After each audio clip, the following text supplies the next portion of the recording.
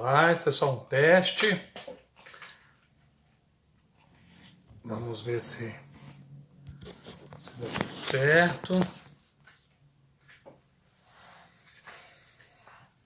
Oi, Érica, só um minuto. A gente só está fazendo um teste aqui para ver a qualidade do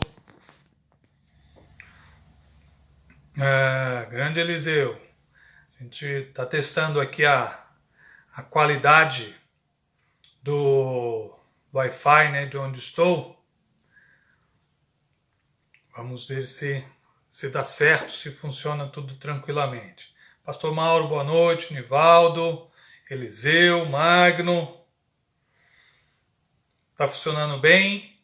Estão ouvindo bem?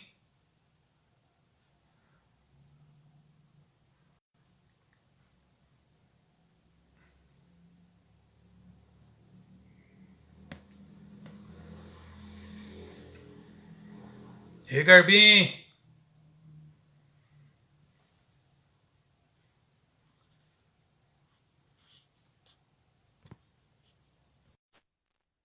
Vocês estão ouvindo?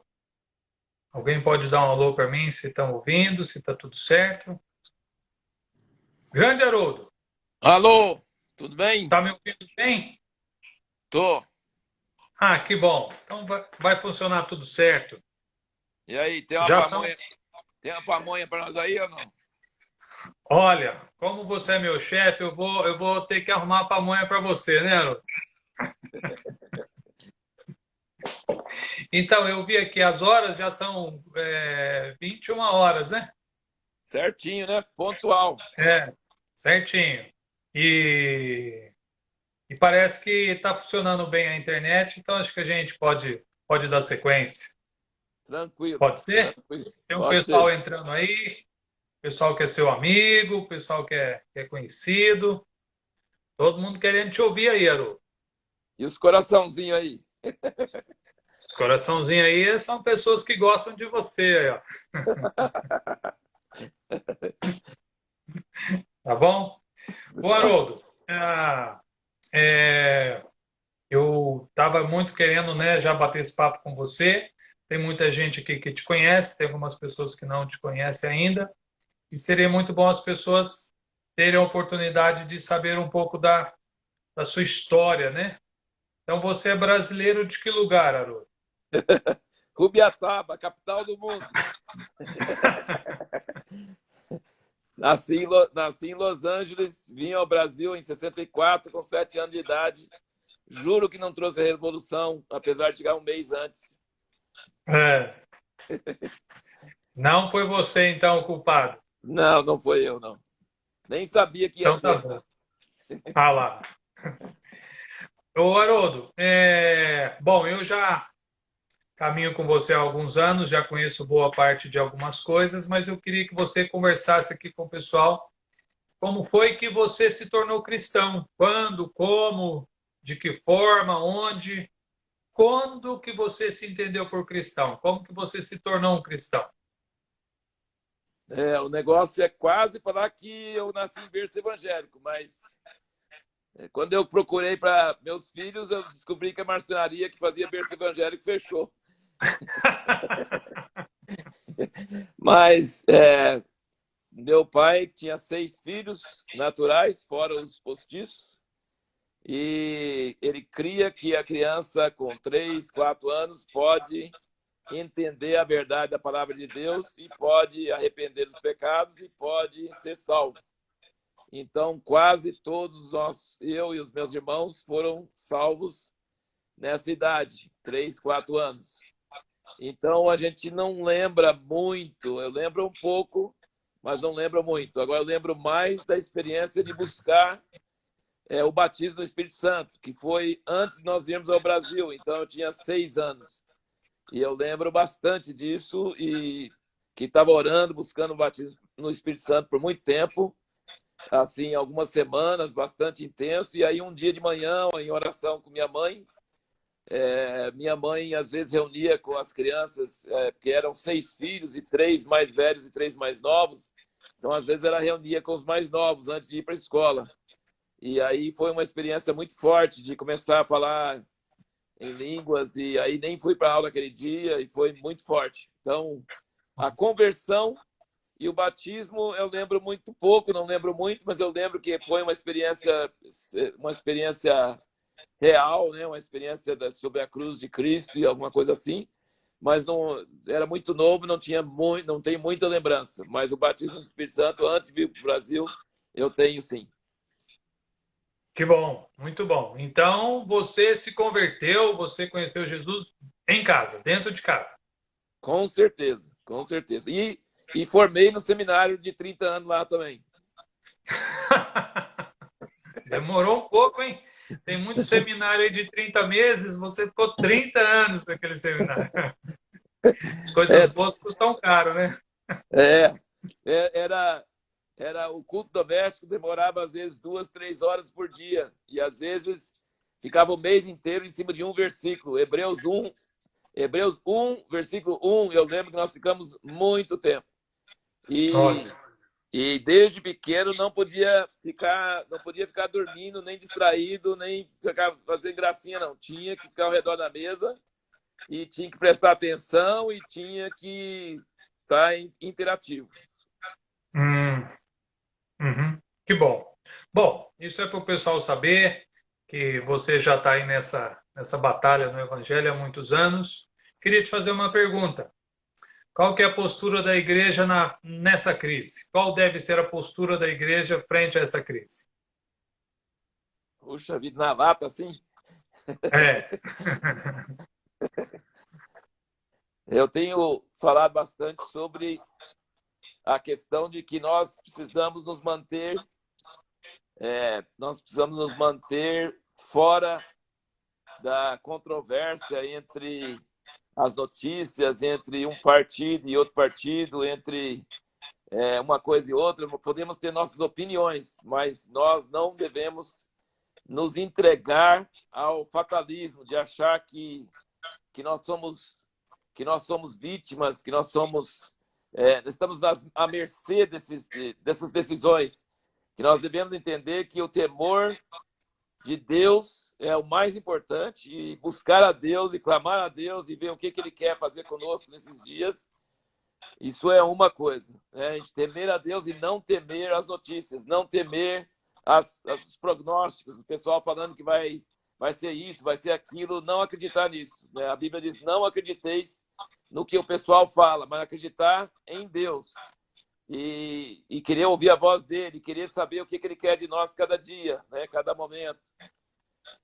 E a outra coisa muito importante que eu vejo é que a igreja precisa entender que não depender de salões, de reuniões, precisa depender do contato do Espírito Santo e da família, e em casa, né?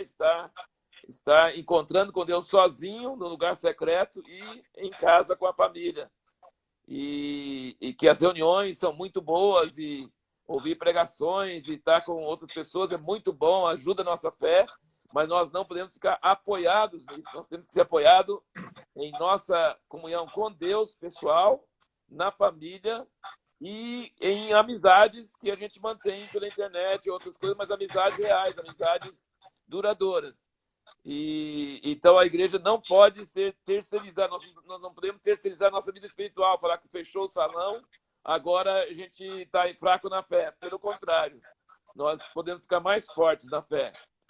E a terceira coisa, são basicamente essas três coisas, né? A terceira coisa que nós precisamos entender que a igreja na cidade é uma só, ela não é só a nossa congregação. Então a gente precisa sair dessa crise com mais senso de unidade, de companheirismo, de responsabilidade pelos outros pastores, pelas outras igrejas, pelos outros irmãos.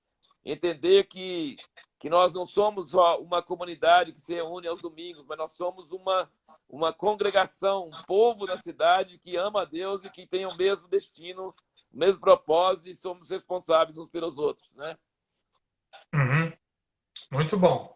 Bom, já que você está falando da igreja na cidade, eu vou queimar umas etapas aqui e quero ir direto num ponto com você, que eu sei que isso também arde no seu coração, que é João 17, versículo 21, 22 e 23. No 21 ele fala para que todos sejam um. No 22 ele fala, eu tenho transmitido a tua glória. Então Jesus transmitiu a glória do Pai para os discípulos, para que eles fossem um, né, fossem perfeitos na unidade. E você, eu sei que você tem trabalhado muito nisso, nível Brasil. Você então está na Bahia, está no Rio, está no Rio Grande do Sul, está em Goiás, está ministrando em todos os lugares. Você não carrega uma bandeira de denominacionalismo, né? Você tem uma paixão por Jesus, desprovida dessa bandeira denominacional. E tem uma batalha no seu coração, tanto que hoje você estava também nessa reunião, né, de nível mundial, com grandes líderes, com pessoas que também já diminuíram um pouco dos seus muros, né, dos seus quadrados, para começar a enxergar a graça de Jesus em outros lugares. Você tem uma visão muito ampla, né, dessa questão da unidade. Eu queria que você nos ensinasse um pouco sobre isso hoje. Então, hoje essa reunião foi muito forte, né? Assim, eu acredito que Deus está preparando a noiva para Jesus Cristo. Ainda falta muita coisa para acontecer, mas eu creio que muita coisa boa já está acontecendo. Certo. Uma das coisas que foi falado hoje, que me impactou muito, é que o David Demian, né, o médico egípcio aí que mora em Vancouver, mas que tem sido usado por Deus para falar sobre a família de Deus no mundo, né? Unir a família de Deus indiferentemente de raça, de denominação, de qualquer coisa. E ele falou uma coisa assim muito forte, que eu achei muito interessante, que ele falou o seguinte, que se Deus quisesse que todos nós concordássemos na doutrina, ele tinha feito a doutrina ficar mais clara na Bíblia. Mas como ele deixou a doutrina um pouco assim, aberta a várias interpretações, ele queria que nós aprendêssemos a amar uns aos outros, independente de concordar nas interpretações. E que para Deus é mais importante a gente amar um ao outro e valorizar um ao outro, ter aliança com o outro, do que concordar nas doutrinas. E isso aí foi muito forte. E a outra coisa também, que hoje também foi muito forte, eu creio que essas coisas são coisas práticas, né? Coisas assim bem práticas para cumprir João 17, é a atitude que o Bill Johnson falou, Bill Johnson da Bethel, lá de Reading. Eu fiquei muito impactado com o testemunho de outros sobre ele e o testemunho dele mesmo sobre o pai dele. Por exemplo, ele contou que o pai dele perdeu, a igreja dele tinha 600 membros, perdeu mais de 500 membros por causa de alguém causando divisão, mas que ele nunca falou mal dessa pessoa e depois essa pessoa pediu ele para orar pela esposa dele que estava doente, entendeu? Então, assim, o Bill Johnson tem esse costume de orar sempre pelas pessoas que falam mal dele, que publicam livros sobre ele, de orar por eles, de querer que eles sejam abençoados. Meu Deus, se isso aí invadir o Brasil, se isso aí invadir as igrejas no Brasil, da gente entender que Deus não está querendo uma igreja unida por organização ou por grandes conferências, grandes encontros, mas uma igreja que realmente pratica esse amor de Jesus pelos outros, pelos inimigos, pelas pessoas que pensam diferente, pelas pessoas que falam mal de nós. Meu Deus, isso aí é a vitória que vence o mundo. Isso aí é um negócio... eu estou vendo cada vez mais que esse tipo de coisa, esse tipo de atitude, e não só de conversa de boca para fora, para falar, nós somos um corpo, nós tal, mas realmente apareceu ali hoje, numa conferência, pessoas que discordam uma da outra, gravemente em várias coisas, mas tem um amor um pelo outro muito grande. Isso é um exemplo que isso pode reverter essa péssima imagem que nós temos no Brasil, de briga, de discussão, de falar mal dos outros, de criticar uns aos outros, de se alegrar com a desgraça do outro, da outra igreja. É uma coisa assim... Jesus disse, assim todos sabereis que sois meus discípulos se tiveres amor uns pelos outros. Então, quando esse amor não for uma coisa política, não é uma coisa por interesse, mas é uma coisa por Jesus mesmo em nós, vai ser um testemunho para o mundo muito grande, muito grande, muito grande. Com certeza, com certeza. Eu achei muito interessante que nessa reunião de hoje, quando o Asher, primeiro o Mike apresentou o Bill Johnson, falou dele, inclusive falou dessa questão que muita gente fala mal do Bill e parece que ele nem escuta, né? Ele segue, ele está na presença de Deus, ele continua caminhando. E quando passou a palavra para o Asher falou: deve ter agora gente brava comigo porque eu estou numa reunião com o Bill. Deve ter gente brava com o Bill porque ele está numa reunião comigo. Então, dois homens que podem ter entendimentos diferentes em alguma passagem, algum texto, algum contexto, mas estão entendendo a necessidade da união, né? Então, o Asher citou algo muito interessante, que os líderes, eles estão lá juntos, se sentar, eles não vão concordar com 100 pontos, né? Mas eles estão juntos, que é o que você está dizendo, é pelo amor, é pela necessidade de estarmos juntos. A interpretação do David, muito maravilhosa, né? Se fosse uma regrinha, a regrinha estaria clara. Mas não, é exatamente essa troca, o reconhecer, e foi falado muito da honra, né, Haroldo? Achei muito joia falar hoje sobre a honra. Semana passada, o João Staub deu uma aula para nós sobre primícias e honras, tocou o coração de muita gente. E segunda-feira, algo muito interessante que o Jorge Nishimura falou, que existe uma ordem para não falar mal das pessoas, e os cristãos têm feito isso livremente. A gente fala mal de políticos, mal de pessoas, de pastores. Ele falou: está na hora da gente fazer um jejum de falar mal de pessoas. Oh, Só Deus. isso já É. mudaria muito o nosso coração, a nossa mentalidade, de não denegrir e de passar a honrar. Não preciso honrar quem eu não conheço, mas honrar pessoas que ajudaram, estão na batalha. O que o Asher está fazendo com o Bill com o Asher e tantas outras pessoas, né? Seria uma revolução, né, Haroldo? No Brasil, na igreja, no planeta, né? Com certeza. E aí ele realmente, o livro dele, A Presença, para mim foi uma coisa que me tocou demais quando eu li na época. E ver ele agindo como um homem de Deus me toca.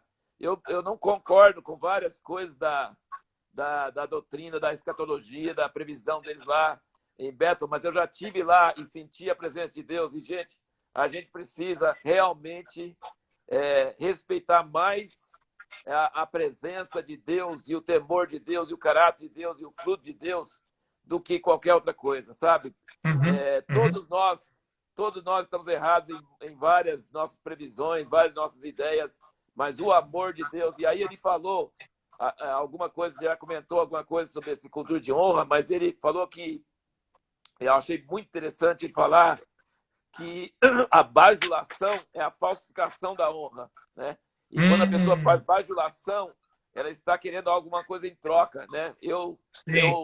Eu exalto você para você me exaltar, né? Uhum, E se a pessoa não consegue receber honra, é porque ela tem um problema de orgulho. E todos nós temos um pouco disso aí mesmo. uhum, Mas assim, então ele fala assim: como que a gente não pode receber honra? A gente precisa receber honra, porque senão eu vou chegar lá na presença de Deus e cadê a coroa para eu lançar aos pés de Jesus? Eu preciso ter uma coroa. Né? Eu preciso ter uma coroa que na verdade eu não mereço, mas foi ele que me deu.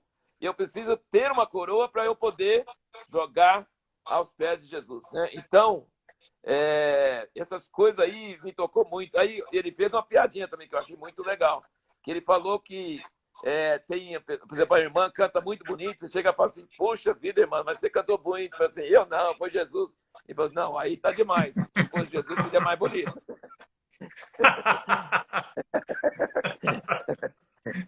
Jesus cantaria melhor do que isso. Então, assim, eu animo muito de ver que Deus está levantando homens de Deus no mundo, em várias partes do planeta, que estão Uhum. entendendo uma outra coisa, estão entendendo o Espírito de Jesus, a atitude de Jesus, e quebrantamento e sinceridade.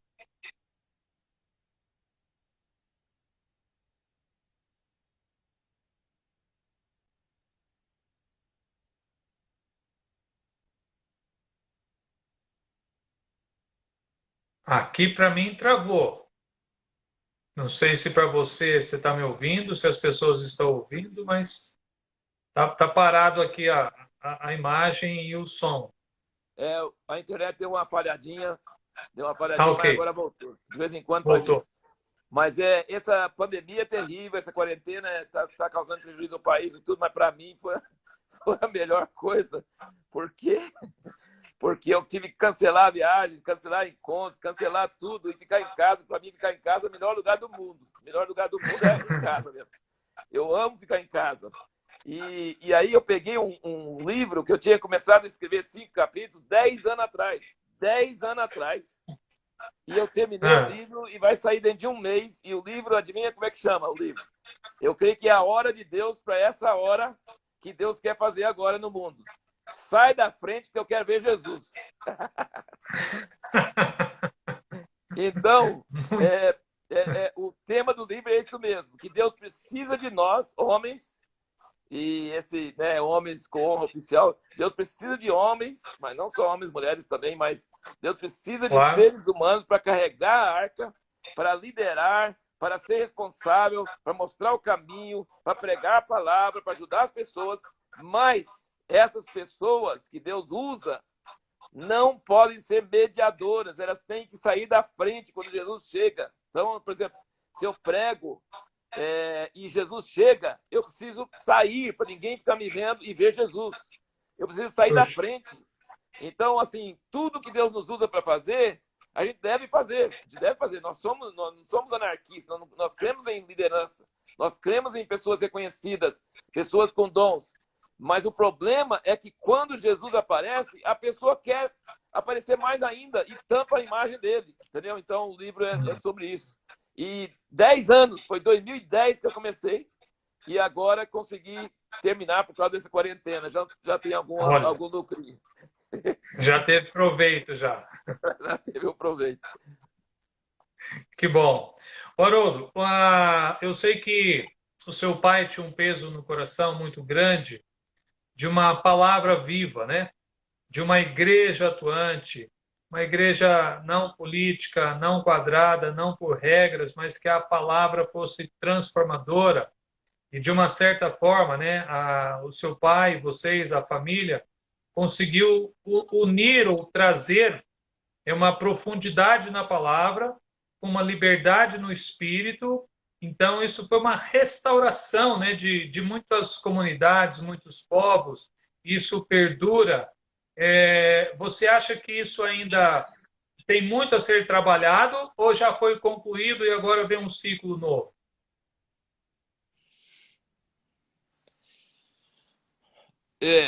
Bom, acho que eu não sei se entendi direito, mas eu não vejo muito assim a questão de.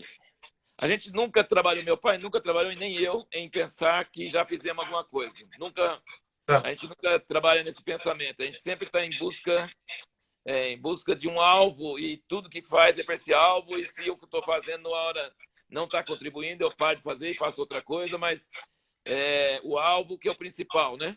Então, eu acredito que muita coisa que, por exemplo, essa reunião que nós tivemos hoje com esses irmãos de fora, seria talvez parte do sonho do meu pai mesmo, né? Assim, então, eu acho que ele sempre desejava, por exemplo, muitas coisas que ele falava, a gente está conseguindo ver cumprir hoje. Por exemplo, a ligação com Asher, que é um profeta judeu morando em Israel, e meu pai sempre falou que Israel era quando eles entrassem na Oliveira novamente, que seria uma grande restauração para nós, e está sendo, né? Desde 2009 que eu estou em comunhão com o Asher e nós estamos publicando livros dele, coisas estão acontecendo. Então eu vejo que realmente está numa nova fase, né? Está numa fase diferente, mas que muita coisa que meu pai cria e que nos ensinou e que nós praticamos é válido, continua válido, e a gente precisa construir em cima, né? Precisa construir em cima e avançar. Mas assim, eu acho que em algumas áreas houve uns avanços até maiores do que a gente tem hoje, que precisa retomar, em sentido de ter reuniões gerais grandes, onde o Espírito Santo dirige mais e não tem tanta direção humana, né? Mas aí precisa de uma presença do Espírito Santo maior, né? mas eu creio que como pioneiro, ele tava indicando o caminho e tinha muita coisa boa, mas tinha muita coisa difícil também, muitas coisas que nós não entendíamos, que hoje a gente já entende, já vê e sabe onde erramos, né? Então, foi um trabalho de laboratório e teve muito fruto e muitas coisas boas, mas que a gente precisa construir e ir em frente, que é o que ele também faria se estivesse vivo, continuaria nessa busca, Aham. nessa procura, né? Muito bom. Bom, eu fiz essa pergunta, né, até de uma forma subjetiva, desse trabalho na restauração da palavra, da união com o mover do Espírito, porque eu queria fazer uma pergunta mais séria para você. Você nasceu nos Estados Unidos, mas é brasileiro, de Rubiataba, Goiás, ama o Brasil, né? Se casou com uma brasileira. Poderia ter voltado, ido embora ou seguir sua vida por outras coisas, e a sua família, né, sempre foi um exemplo de dedicação ao Evangelho, né? Então, você não tem outro sonho, você não almeja ter grandes empresas e ter fazendas, e você tem uma vida a seguir que é exatamente o Evangelho, restauração da palavra. Eu queria te fazer uma pergunta, não sei se tem uma resposta certa, clara para isso, mas qual é o seu sonho? O que que pulsa aí dentro do seu coração? O que está borbulhando e que poderia acontecer na igreja brasileira? Assim, o que você almeja? Porque você está esperando algo, uma manifestação do Espírito, algo forte da igreja, senão você já teria desistido e segue a vida e vai a outras coisas. Mas qual é a sua expectativa? O que está fazendo o seu coração borbulhar? O que você aguarda da igreja? Como que você quer ver a igreja? Qual é o seu sonho para a igreja brasileira? Claro que não vai ter a igreja brasileira, né? Jesus vai casar com uma noiva, mas falando aqui do nosso contexto nacional.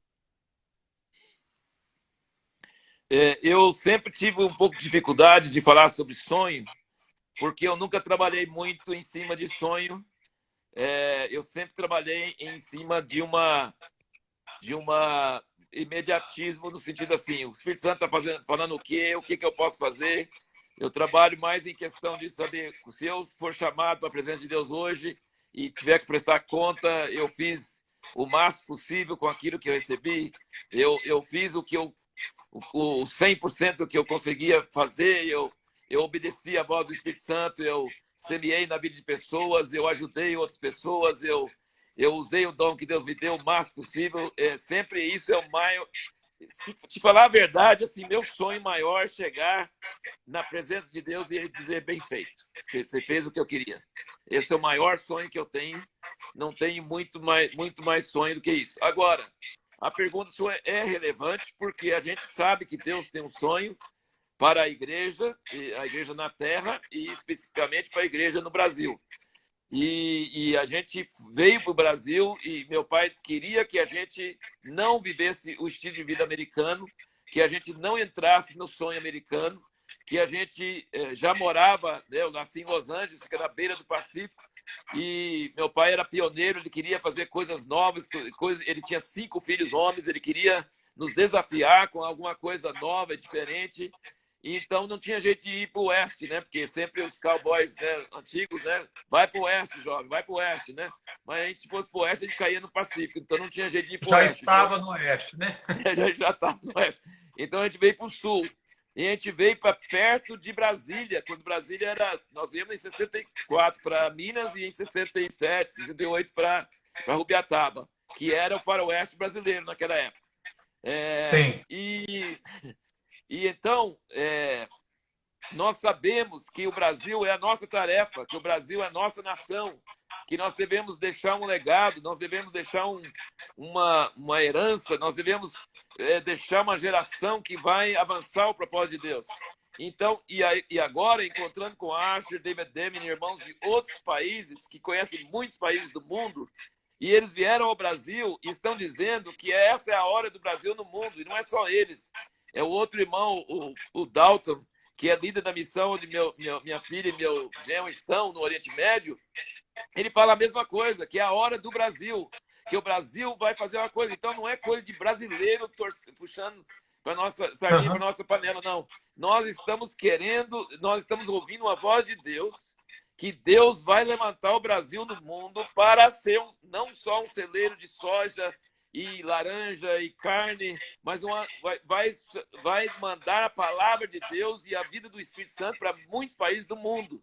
Então, Amém. Amém. o sonho é que o Brasil, a igreja brasileira, vai derrubar esses muros de separação que tem entre nós, que Deus, nós temos orado muito para Deus mudar o coração dos líderes, para que o pessoal não fique em currais, que Deus nos livre dos preconceitos, que essas grandes denominações do Brasil, que o povo lá dentro seja liberado também, para nós termos respeito por eles, eles terem respeito por nós, e que a igreja brasileira seja unida, solidária uma com a outra, ajudando uma a outra. Por exemplo, se num país igual Guiné-Bissau, por exemplo, estava conversando com um irmão da Assembleia de Deus, um pastor muito amado, querido da Assembleia de Deus.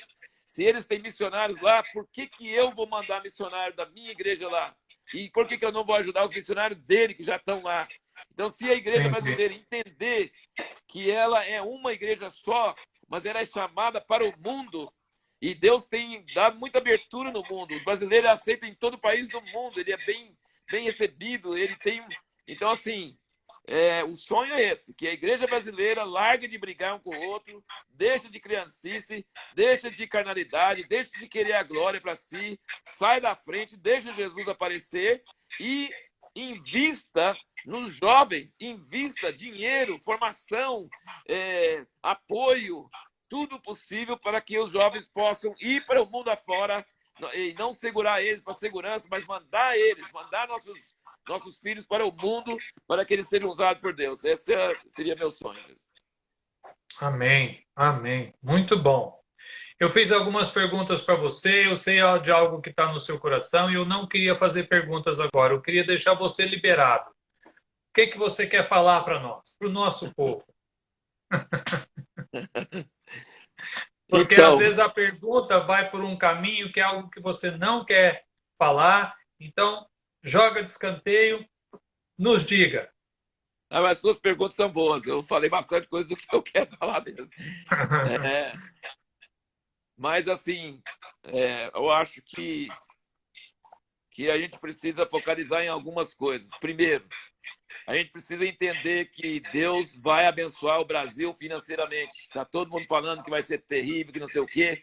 Vai ter vai ter uma subida no Brasil muito grande, porque, naturalmente falando, não tem jeito, mas espiritualmente falando, tem uma palavra de Deus sobre o Brasil.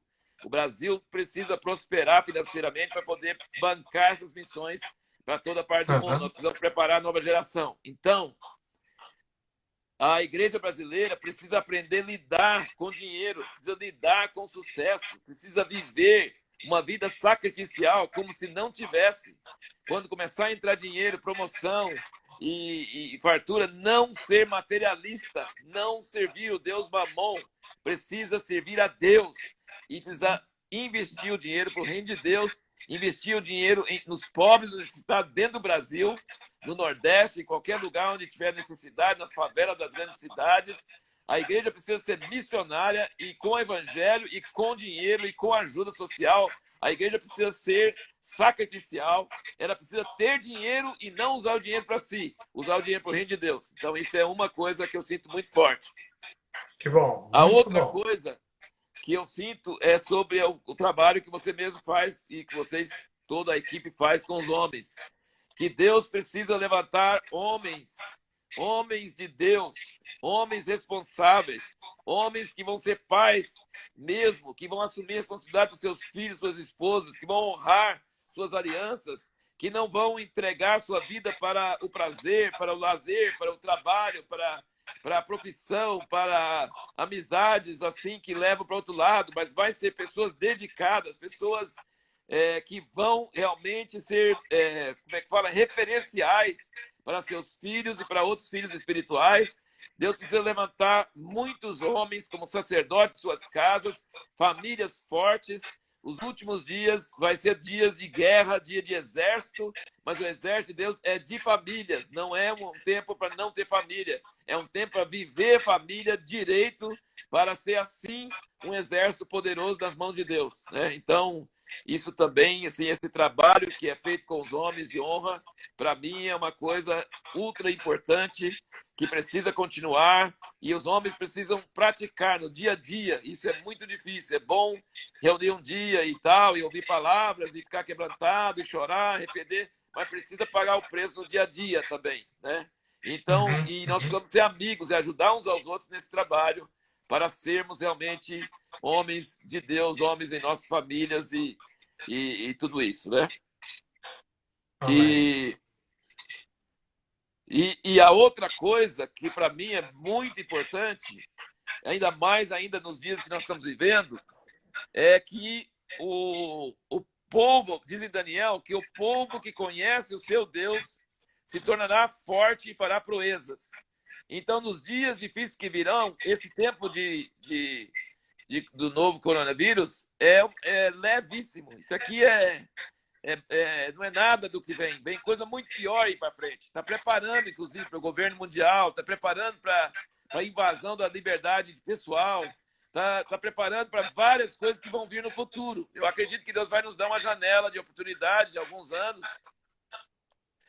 mas não vai durar muito mais do que isso. É uma janela apenas de oportunidade, de liberdade para a gente espalhar o evangelho, espalhar missionários, trabalhar. Mas a perseguição virá forte, ela virá com redobrada, né? Esse negócio de escolas que vão doutrinar nossos filhos em outra direção, esse negócio de uma sociedade contra os valores cristãos, isso vai aumentar, isso vem é irreversível. Não tem jeito, a Uhum, gente precisa orar e pedir a Deus para demorar, pedir a Deus para nos dar liberdade, mas nós precisamos nos armar, ser sóbrio, preparar, porque vem um tempo muito difícil aí para frente. Então, se vem um tempo difícil para frente, o que a gente precisa? A gente precisa armar o povo de Deus com a capacidade de resistir sem a ajuda de fora, sem a ajuda de outras pessoas, para resistir sozinho. E o que é uhum, que faz isso? Ler a Bíblia toda sempre. Precisa ler a Bíblia sempre. Precisa ter a Bíblia dentro de sua cabeça, no seu interior, e precisa vazar para os seus poros. Você precisa amar a palavra, você precisa valorizar a palavra. Ela custou cara para chegar a nós. Homens morreram, deram a vida. Até hoje tem pessoas gastando anos de vida para traduzir, para multiplicar, para imprimir. A Bíblia é um tesouro da humanidade e nós precisamos indoutrinar, nós precisamos incutir nas pessoas que ouvir uma pregação de um pastor uma vez por semana, ouvir na internet, ouvir numa live, não é suficiente. Você precisa conhecer a Deus pessoalmente. Você precisa ler a Bíblia você mesmo. Foi isso que trouxe, a reforma protestante trouxe a Bíblia na mão do povo. E esse presente que nós temos na mão, e agora, muito mais fácil, até em países perseguidos, está nos smartphones, está aí disponível. Então, nós precisamos valorizar a palavra. A Bíblia diz, quem medita na palavra do Senhor dia e noite, será uma árvore plantada que vai dar fruto sempre. Então, por isso que eu estou fazendo essa série de vídeos, chamando Caminhando pela Bíblia. São vídeos de 8 minutos, 7, 8 minutos, para ler a Bíblia em um ano, e a pessoa lê a Bíblia, aquele texto, três capítulos, 4 capítulos, e depois ele assiste o vídeo para ele entender alguma coisa que talvez ele leu e não entendeu nada. E à medida que ele lê sozinho e procura entender, depois ele ouve uma ajudinha, ele é encorajado a não desistir no meio do caminho e perseverar, porque normalmente as pessoas leem Gênesis, no máximo Êxodo, chega no Levítico, já atola, não consegue mais.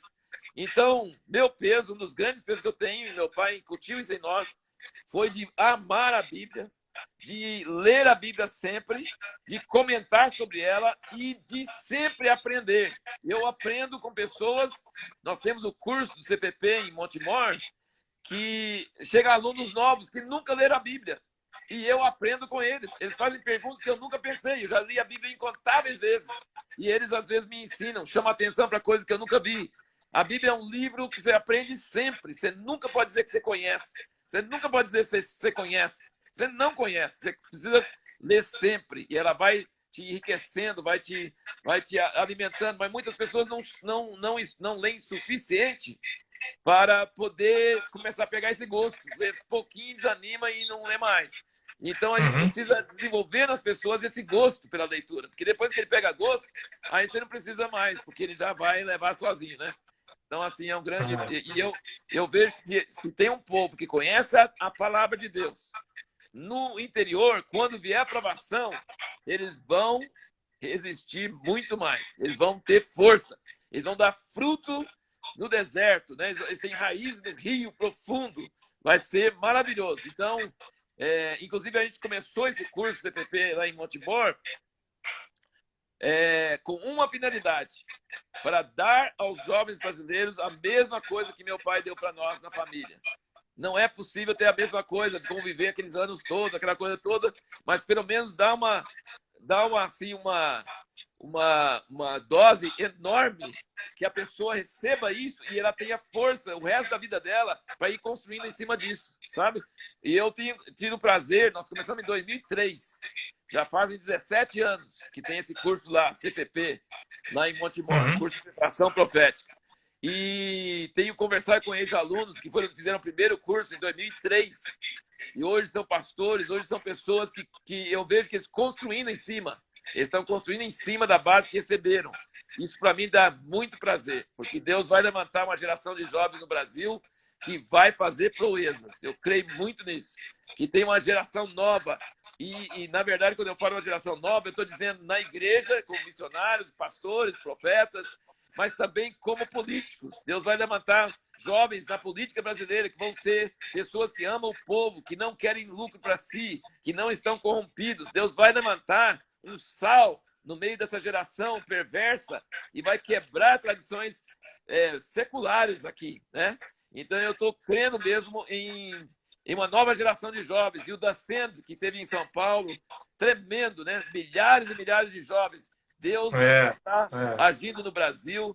Deus vai levantar um exército de jovens que conhecem a palavra, que conhecem a Deus, que são humildes, que vão receber mentoreamento de uma geração mais velha, que não vão ser freados pela geração mais velha, mas vão ser encorajados.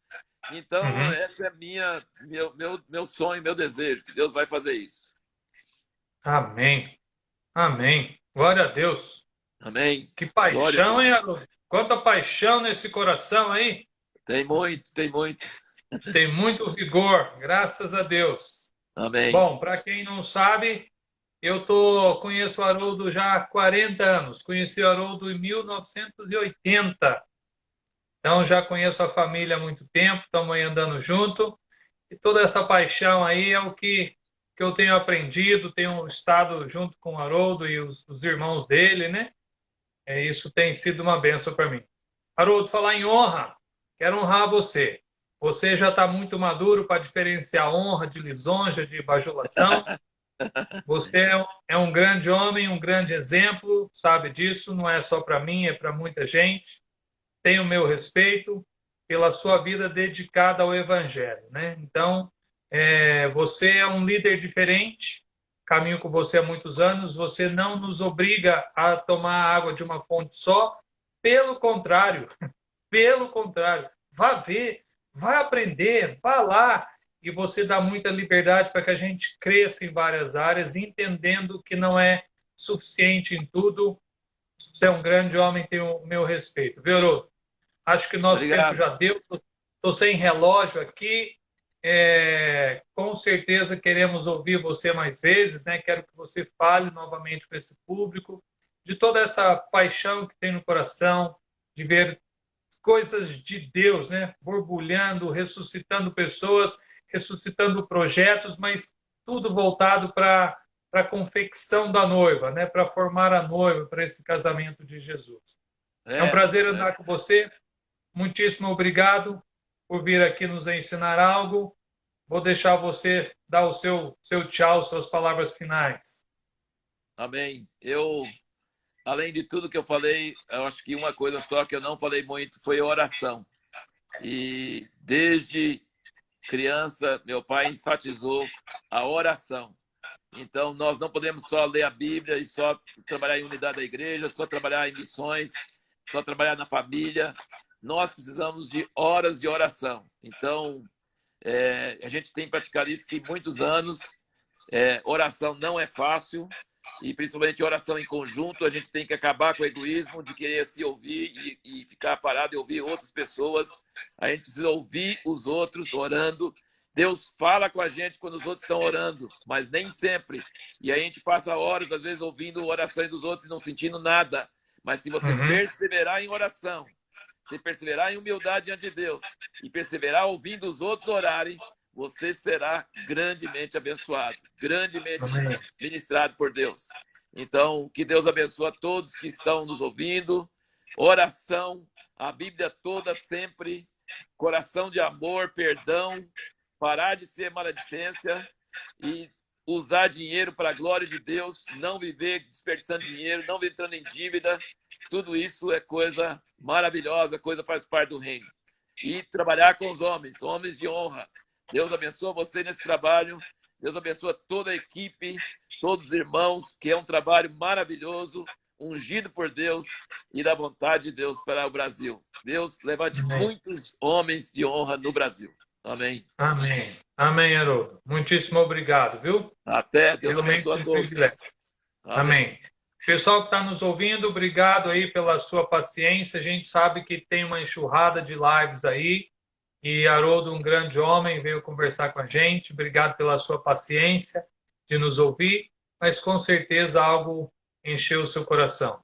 Que Deus te abençoe. Se você quiser ouvir, teremos mais uma live na próxima segunda-feira. Todas as nossas lives ficam gravadas aí no IGTV e também vão para o YouTube no canal Homens com Honra, tá bom? Que Deus te abençoe, fique na paz. Beijão no seu coração.